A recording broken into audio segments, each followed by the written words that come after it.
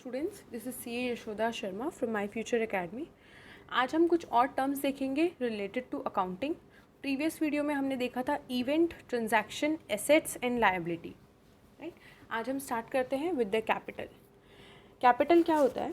Capital अगर हम देखा जाए तो सपोज एग्जांपल लेते हैं, एक फर्म है ABC और उसके दो ओनर है A एंड B, राइट। अब ये फर्म को चलाने के लिए A और B क्या करेंगे? इस फर्म को पैसे देंगे in the form of capital. जो ओनर फर्म को पैसे देते हैं वो उस पैसे को क्या बोला जाता है? कैपिटल। ये पार्टनर्स, ये जो ओनर्स है फर्म को पैसे देंगे और बोलेंगे कि ABC फर्म हमें प्रॉफिट अर्न करके दे, राइट। अब क्योंकि ABC फर्म खुद से प्रॉफिट नहीं अर्न कर सकता, राइट, तो A और B क्या करेंगे? ABC फर्म के बिहाफ में काम करेंगे। अब हम बोल रहे हैं कि ये जो कैपिटल है, कैपिटल क्या होता है? Capital is a liability. अभी हम जो भी चीज़ देखेंगे, capital, sales, revenue, profit, loss, ये सब किसका होगा? फर्म का, क्योंकि बिजनेस कौन कैरी कर रहा है? फर्म, ठीक है। बिजनेस कैरी कर रहा है फर्म, लेकिन AB ने क्या किया है? खाली इसको पैसा दिया है वो बिजनेस कैरी आउट करने के लिए। अब क्योंकि A और B ने इसको पैसे दिए हैं तो कहीं ना कहीं इस ABC फर्म को इस पैसे को वापस रिटर्न भी करना पड़ेगा A और B को, राइट। सपोज अभी रिलायंस है, रिलायंस के जो ओनर है अंबानीज, वो क्या करेंगे? कैपिटल, जो भी शेयर होल्डर्स होंगे वो कैपिटल देंगे फर्म को, फर्म प्रॉफिट अर्न करेगी और रिटर्न में वापस उन शेयर होल्डर्स को, उन ओनर्स को वापस उनका कैपिटल दे देगी और साथ में प्रॉफिट अर्न करके देगी। तो क्योंकि इन फ्यूचर इस ABC फर्म को वापस इस कैपिटल को रिटर्न करना पड़ेगा, इसीलिए हम इस कैपिटल को बोलते हैं लायबिलिटी। ये किसके लिए लायबिलिटी होगी? ABC फर्म के लिए। हमने प्रीवियस वीडियो में लायबिलिटी का डेफिनेशन देखा था। Liability means obligation to pay at some point in future.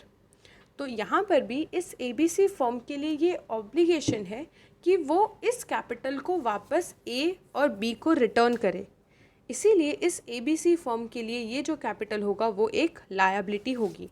Capital क्या होता है? जो ओनर्स एक बिजनेस में पैसा इन्वेस्ट करते हैं, पैसा लेकर आते हैं उस बिजनेस को चलाने के लिए, उसे बोला जाता है capital. Coming to next is sales.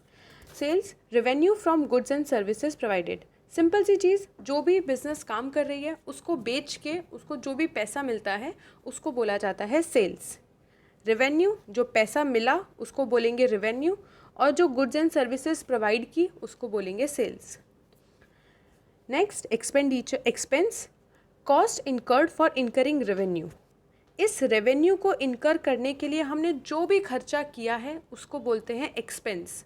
For example, suppose हम कोई गुड्स प्रोड्यूस कर रहे हैं तो उसमें हमें कुछ रॉ मटेरियल लगेगा, उसमें हमें लेबर लगेंगे, कारीगर लगेंगे उस गुड्स को बनाने के लिए। तो हम कारीगर को क्या पे करेंगे? वेजेस। तो वेजेस हमारे लिए क्या हो गई? एक्सपेंस। हमने सपोज़ बैंक से लोन लिया है और हमें बैंक को वापस से इंटरेस्ट पे करना पड़ेगा, तो वो हमारे लिए क्या हो गया? एक्सपेंस। मतलब उन गुड्स को बनाने के लिए, उस प्रोडक्ट को बनाने के लिए हमने जो भी खर्चा किया है उसको बोला जाता है expense. Coming to next is expenditure. अभी हमने देखा expense, next is expenditure. Expense और एक्सपेंडिचर में थोड़ा सा डिफरेंस है। एक्सपेंडिचर का मतलब होता है cost incurred for some benefits और सर्विसेज और प्रॉपर्टी। पहले हम एग्जाम्पल लेते हैं।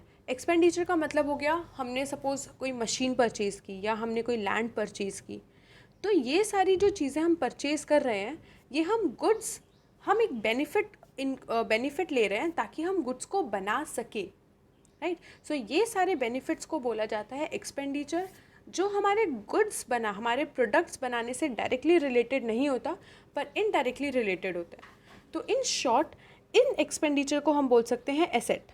जो भी एसेट्स हम परचेज़ करते हैं उनको हम बोलेंगे एक्सपेंडिचर, और जो भी हमारे गुड्स से रिलेटेड खर्चा होगा उसको हम बोलेंगे एक्सपेंस।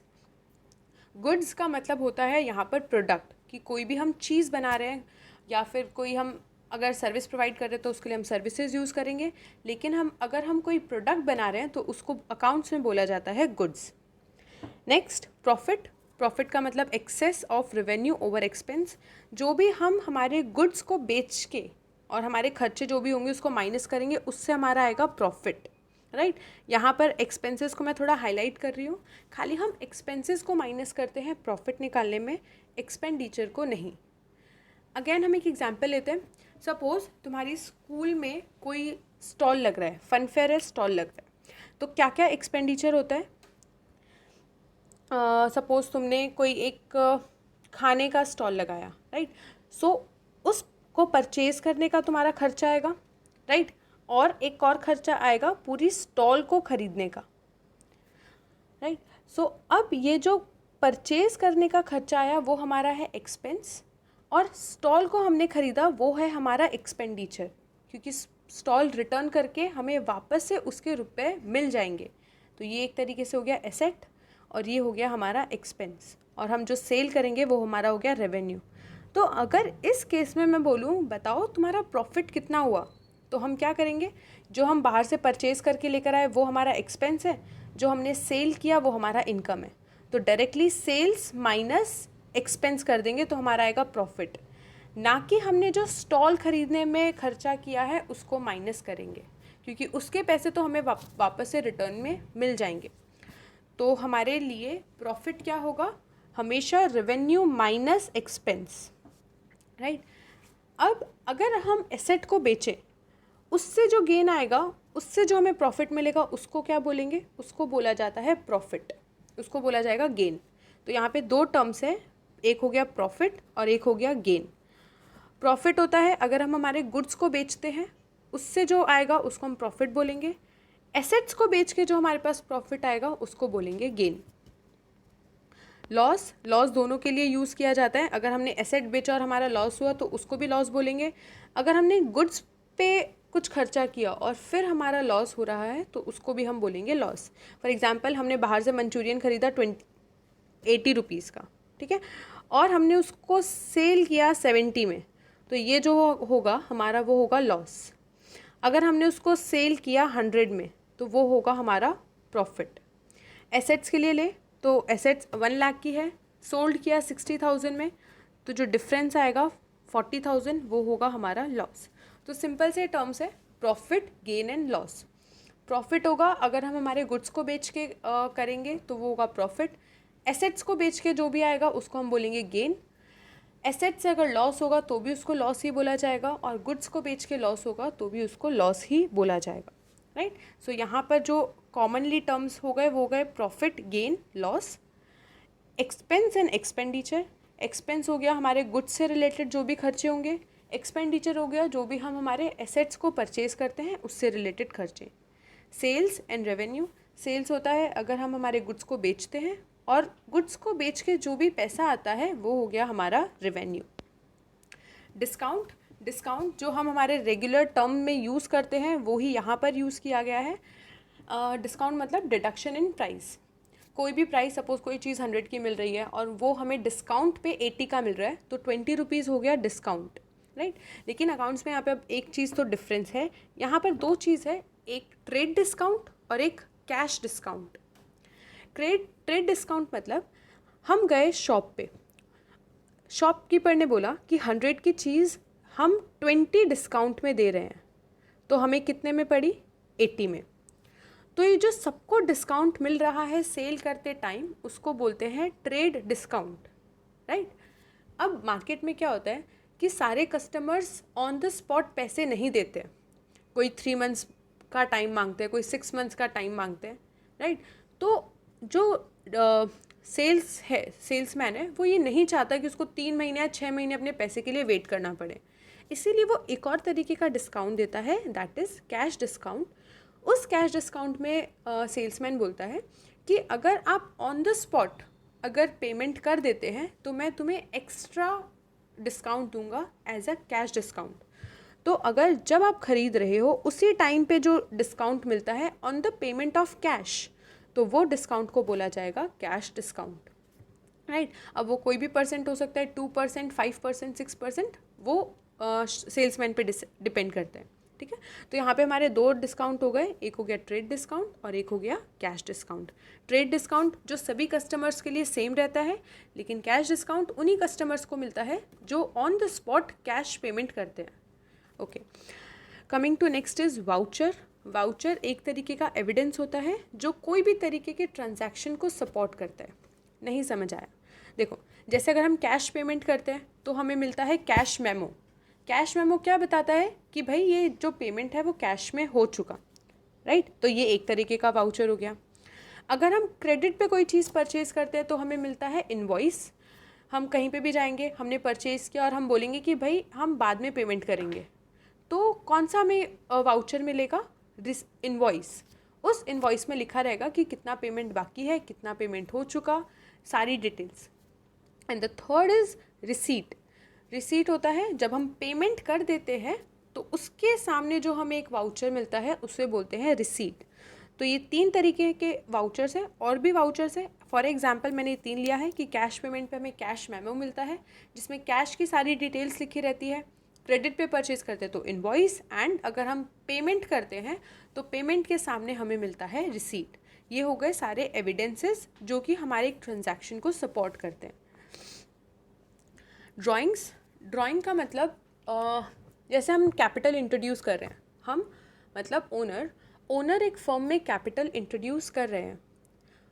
अब कुछ पॉइंट पे कुछ टाइम बाद उन्हें पैसों की ज़रूरत है, तो वो वापस से फर्म के पास जाएंगे कि हे फर्म, मेरे को थोड़े से पैसे चाहिए जो मैंने आपको दिए थे। ABC फर्म, ए एक ओनर है, उसने पहले पैसे दिए थे सपोज़ 1 लाख।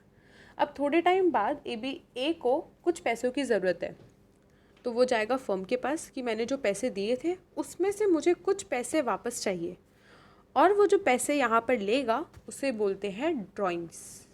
ड्राइंग।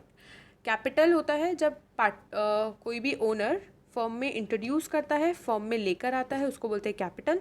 फर्म से वापस से पैसे लेता है तो उसको बोलते हैं ड्राइंग।